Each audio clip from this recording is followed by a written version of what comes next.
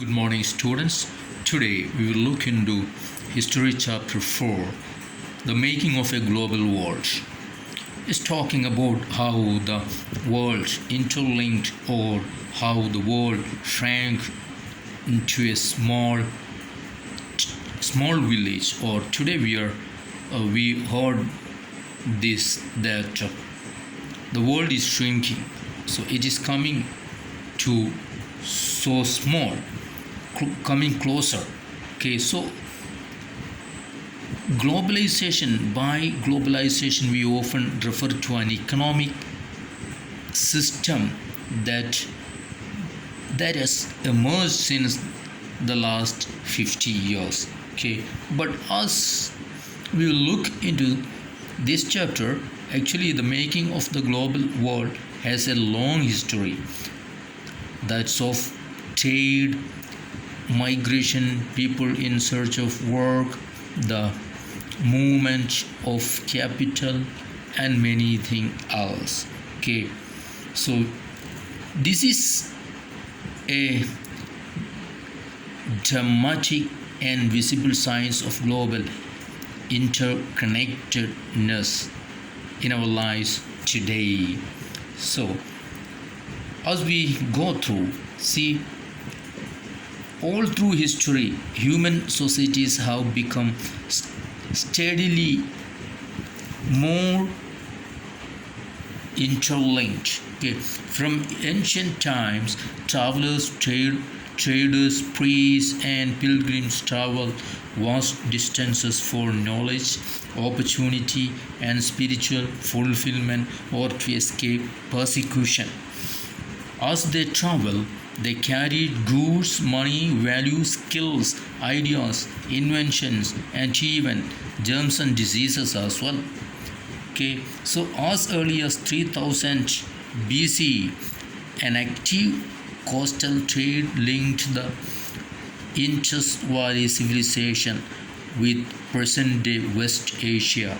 Okay, so for more than a millennia, see, cowries, that in Hindi is called cowrie, that's seashells used as a form of currency. It's used as money, and that's also around 5000 years back.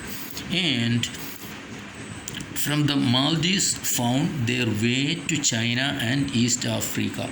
This cowrie, it was used all these areas from Maldives to China and East Africa. The long distance spread of disease carrying germs may be traced as far back as the 7th century. By the 13th century, it had become an unmistakable link. So diseases also spread throughout the world, means the globalization, the interlinking that was there from very early time, and even diseases also spread. Today we are facing that. Today world is so close, so small.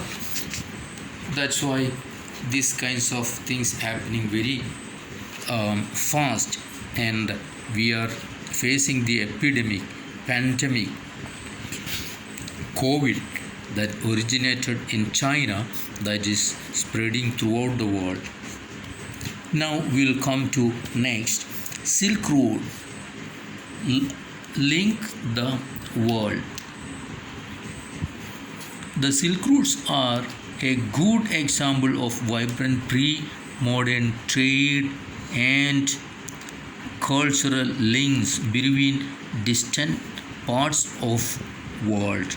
Okay, and you have seen it earlier also, the Silk Roads, that is pointing, see the importance of westbound Chinese silk cargoes, okay, along this road. And historians have identified several silk routes. It's not a single route. There were land and sea routes from China to West Asia and Europe. It was linking Asia with Europe and Northern Africa. So China, India, and West Asia and then Europe and North Africa. All these areas were linked by the Silk Roads. They are known to have existed since before the Christian era, means during the time of BC, before AD, and thrived almost till the 15th century AD.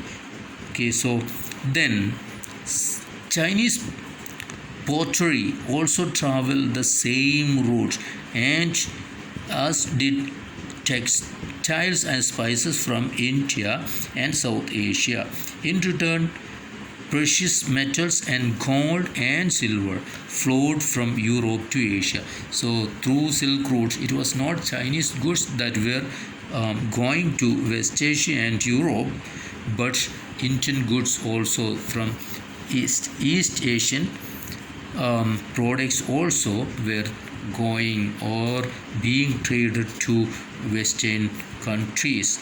Trade and cultural exchange always went hand in hand. It was not that whenever trade was there or is there, then cultural exchange also was there. For example, Christian missionaries almost certainly traveled this road to Asia, as did early Muslim preachers a few centuries later. And before them, Buddhism emerged from eastern India and spread in several directions through intersecting points on the Silk Roads. So all these three religions spread from west to east and east to west and throughout the three continents through this Silk Road. So it's not that just goods traveled or exchanged, but ideas and cultural exchange was also there. Now come to next, food travels. See, spaghetti and potato. Food also travel through this Silk Road or from place to place. Okay, food offers many examples of long distance cultural exchange. Traders and travelers introduced new crops to the lands they travel. Even ready foodstuff in distant parts of the world might share common origins. For example, spaghetti and noodles. It is believed that noodles travel west from China to become spaghetti. So the Western spaghetti is the noodles of China, it is said. And Arab traders took pasta to 5th century Sicily and sea an island. So that's in Italy. So today the pasta, mostly we think that originated in Italy. Is said that it's originally traveled from Arabia or through Arab traders to Italy. Okay, and there were many other examples of moving foodstuffs to different part of the world. Many of our common foods such as potatoes, soya,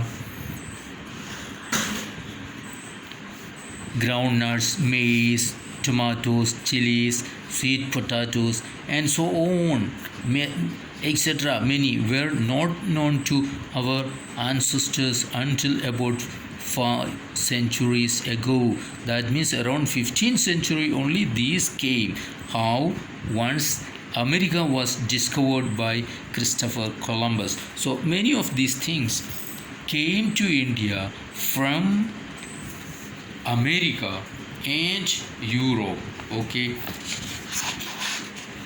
so food items also travel.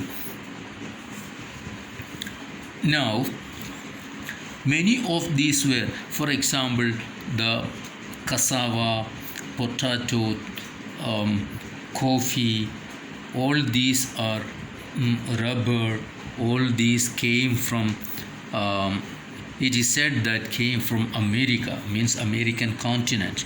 Okay, sometimes new crops could make the difference between life and death. Example, see, Europe poor began to eat better and live longer with the introduction of the humble potato. See, potato, before potato coming to Europe, it also came from America. The people of Europe, the poor people of Europe, they started eating potato and live better, live longer. It is said that there was a great famine in Ireland. Okay, so there was in see, Ireland's poor peasants became so dependent on potatoes that when disease destroyed potato crop in the mid 1840s, hundreds of thousands of people died of starvation. So there was a crop issue, crop flop in 1840s. Many people died. It is said that around 1 million people died in Ireland because of this potato famine.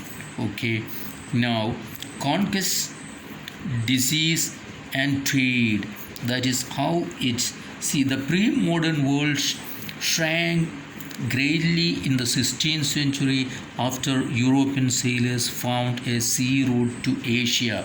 And you know that the Portuguese sailor Vasco da Gama, who found out the sea route to India, Asia, and because of that there was a bustling business trade happen from India or Asia to the western countries. So see, the Indian subcontinent was central to these flows and crucial point in their networks. The entry of the Europeans helped expand or redirect some of these flows towards Europe. Okay, so before its discovery, America had been cut off from regular contact with the rest of the world for millions of years. But from the 16th century, its vast lands and abundant crops and minerals began to transform trade and lives everywhere. So America transformed lives, business, and everywhere in the world. Precious metals, particularly silver, from mines located in present-day Peru and Mexico, also enhanced Europe's wealth and financed its trade with Asia. See, it is said that there a place El Dorado means city of gold. That was in South America. It was a legend story. Okay, so the Portuguese and Spanish conquest and colonization of America was decisively underway by the mid-16th century. European conquest was not just a result of superior firepower. Actually, it was not that because of their power, their strength, they defeated, but the American Indians, they were an isolated group of people. These Europeans, when they reached America, they came with